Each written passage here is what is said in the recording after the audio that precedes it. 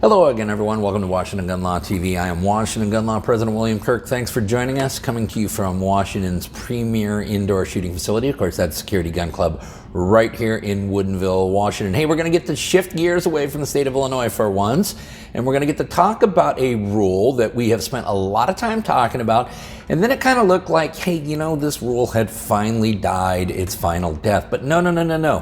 For some reason, it's like a vampire. You just can't kill this thing. And it appears we're going to have to at least talk about it one more time. I'm talking about ATF's rule on firearms with attached stabilizing braces, or what we call around here the Pistol Brace Rule.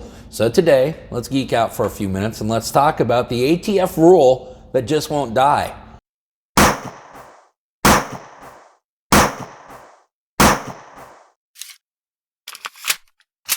Okay, so the case we're talking about today is Texas v. ATF. Now, I know it gets really hard to keep track of all of the different lawsuits that we got against all of the shenanigans going on with the ATF and their rulemaking process, but this is one of several challenges to ATF's Pistol Brace Rule. Now, the plaintiffs in this case have already obtained a preliminary injunction, and the parties, and that being the state of Texas and then of course the federal government, had in fact agreed to a briefing schedule on a motion for summary judgment. So just to geek out procedurally so you understand what's happening.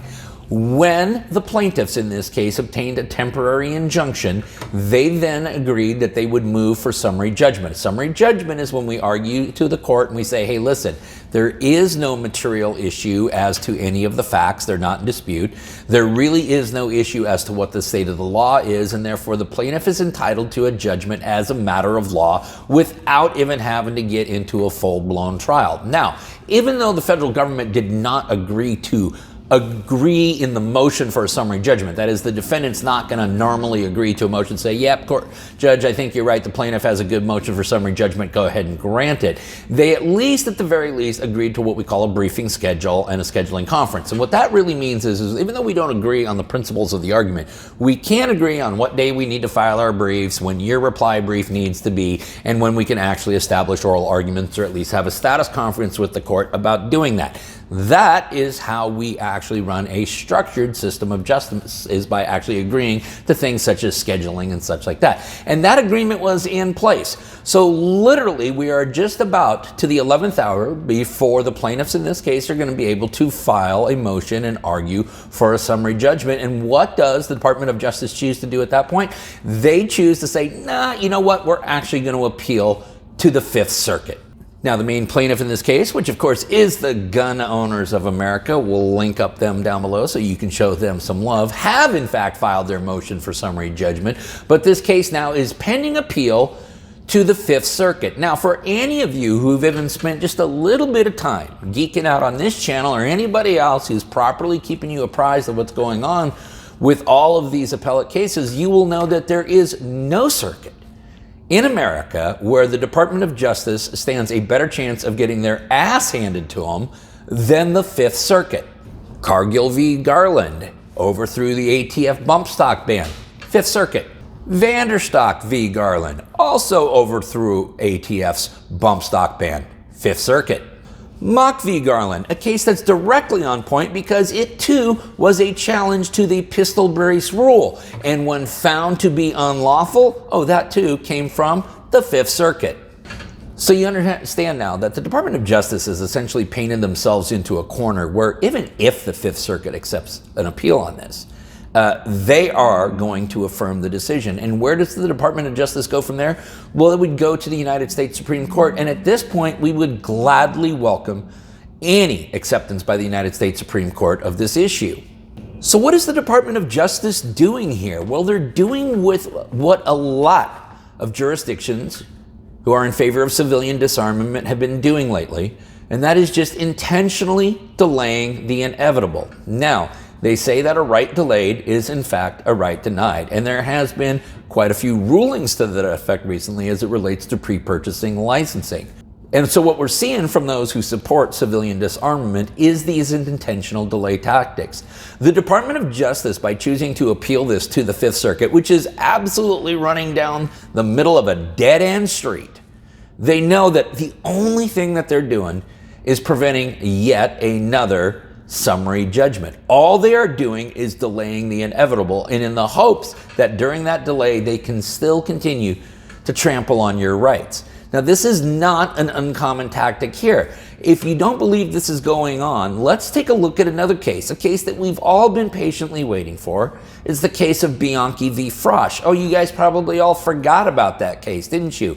Yeah, that's a constitutional challenge to Maryland's assault weapon ban, quite similar to that was recently struck down in California, quite similar to that which exists in the state of Illinois and the state of Washington. Now, Bianchi v. Frosch was one of the four horsemen of cases that was sitting on the front door of the United States Supreme Court when the rulings in Bruin came down. And in that instance, we know that the United States Supreme Court, GVR'd, granted review, vacated the ruling of the lower court, and remanded it down. And that's how Duncan v. Bonta and Miller v. Bonta ended up going back down all the way to Judge Benitez. And the Ninth Circuit, by the way, on those cases could have accepted review and just done it right then and there, but no. They intentionally sent it down to Judge Benitez to the trial level, and then the state of California was able to engage in further delay tactics. But Bianchi v. Frosch, remember that case? No, you don't, because you forgot all about it. Yeah, that was GVR'd back down to the lower court on June 30th of 2022. And there has been absolutely no movement or no ruling whatsoever. And I want you to consider how easy the task was for the lower court once they received remand of Bianchi v. Frosch. Because what the court basically instructed them to do is hey, you misapplied the legal standard. You misapplied the law. They didn't order them to create a new record. They didn't order them to go and do additional legal research. They said, take the record you have and apply the law correctly, and that's through the Bruin test. So this is an exercise in intellect that could be probably conducted by any reviewing court, or what we call a kickback or go back court sometimes, where it goes back down to the lower court. This is a project that could be accomplished in a couple of months at most. So at the current time, is ATF's pistol brace rule dead? Not completely, but it's awfully close. We will obviously keep our eyes on this and anything else related to this rule as we watch it take its final breaths. Listen, in the meantime, if you got any questions about this or anything else related to what's left of our Second Amendment rights, you guys should know how to get a hold of Washington gun law by now. If you don't, that's okay. That information is down there in the description box. Now, in the meantime, let's everyone remember that part of being the lawful and responsible gun owner, like we talk about all the time here, is to know what the law is in every situation and how it applies to you in any instance that you may find yourself. Until next time, thanks for watching and stay safe.